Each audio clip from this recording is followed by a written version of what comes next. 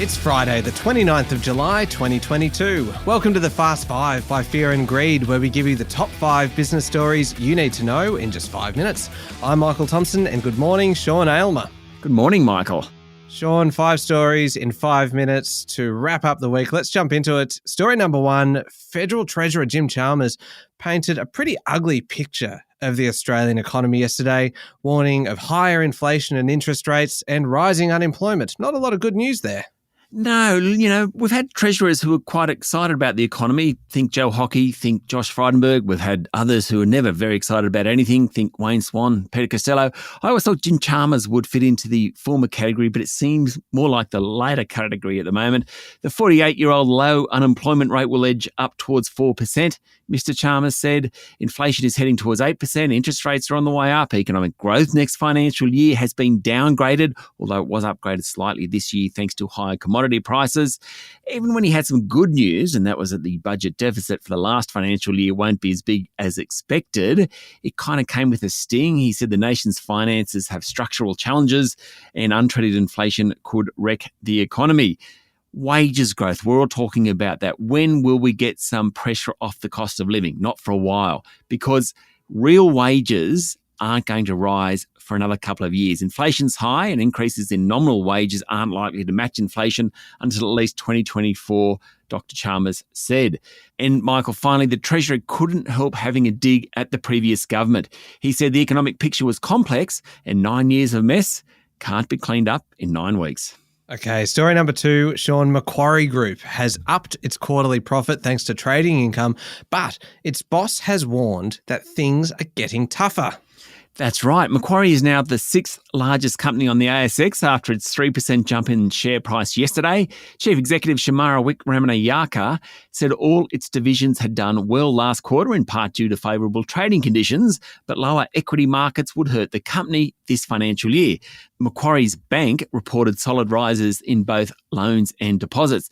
Macquarie has a new chair, former Reserve Bank boss Glenn Stevens. He presided over his first AGM yesterday.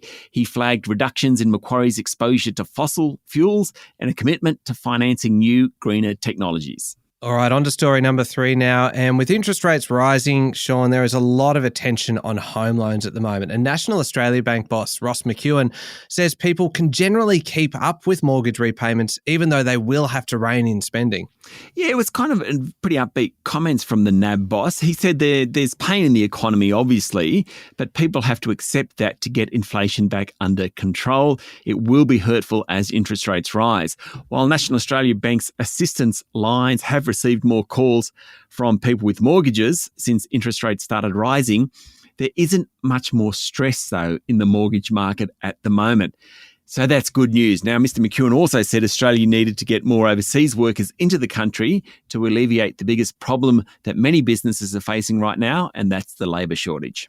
All right. Story number 4, Sean, Asia's richest woman has just lost half her fortune. That's more than $12 billion as a result of the property crash in China.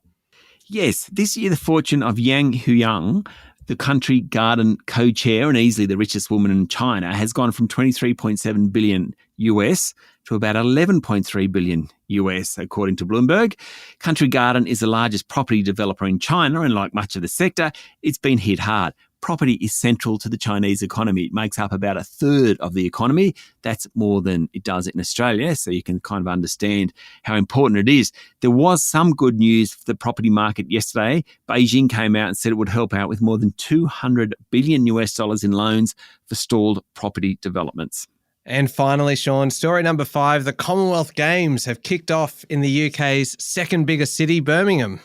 Been a bit of a low-key build-up, I'd say, but I think, Michael, you and I would agree, once it starts, competition starts, we tend to get quite into it. Would you agree? You get drawn into it, don't you? You really do, especially when Australia's bringing home plenty of gold, and they do that at the Commonwealth Games. They do. Look, ticket sales have been pretty good, but it's not a sellout, according to the Financial Times.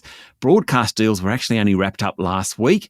The headline act at the opening ceremony was Duran Duran. There you go. Mind you, Ozzy Osbourne comes from Birmingham as well. Ooh. This is the 22nd Games, and competition occurs in 19 sports among 72 nations. It cost the UK about $1.5 billion Aussie dollars to stage. Now, the Games were supposed to be held in Durban in South Africa, but it missed a series of preparation deadlines, and as a result, it was moved to Birmingham. Good luck to everyone. Yeah, well said. But can you imagine wrapping up broadcast deals only last week? Yeah. God, that's getting a bit stressful, isn't it? Yeah, you'd think so. You can't imagine that they're maximising revenue as a result. No, probably not. All right, there we go. The top 5 business stories in 5 minutes. Thank you, Sean.